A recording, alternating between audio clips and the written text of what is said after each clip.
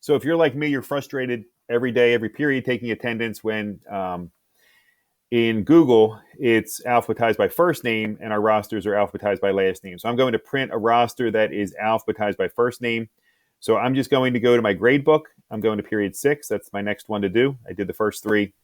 Doesn't take long once you get the pattern going. What I found is with all this data in here, it takes forever, though, to download that. So I'm going to change to marking period 2 so that there's no data in there. So once that's empty, I go up here to this action reports thing. I go to printable gradebook and just hit run.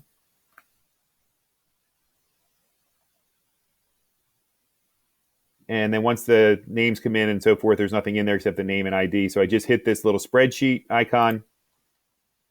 And this is the part that goes much quicker. With the data in there, it took forever. So I just tried it this way and it worked much better. So I'm going to open this spreadsheet. And I just want the names. I'm going to highlight the names. There we go. Copy that. I included a template if you want to use it. I just have 3 weeks of Monday through Friday. So I'm just going to paste those names into the box A2. Nope. Let's try that again. Now they're all in column A, and I want to separate them. So here's the key. I go over to data up here, click data. I go to text to columns. I don't understand how this works. I just know what steps to do. So it's delimited. I hit next.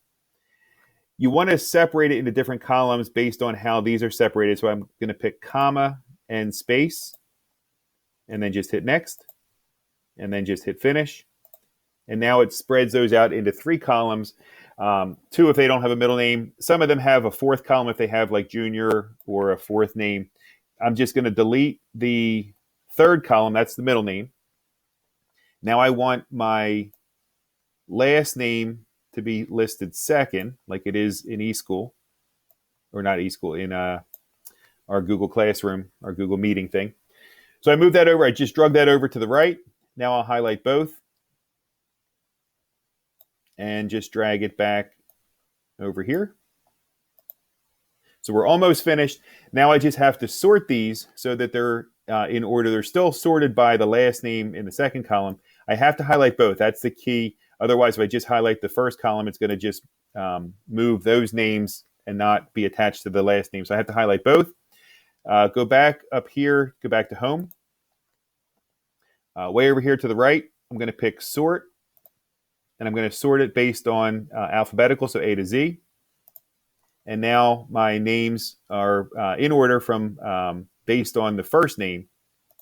Now I can just save this and print it. I have some names that are really long, so I'm just going to make that. I know who the kids are by now, finally, at least the ones that come in. And I'll just make those shorter. I can save this, and then I'll print a copy, and it should make it a lot easier to take attendance each period instead of trying to hunt and find it. So hopefully this helps.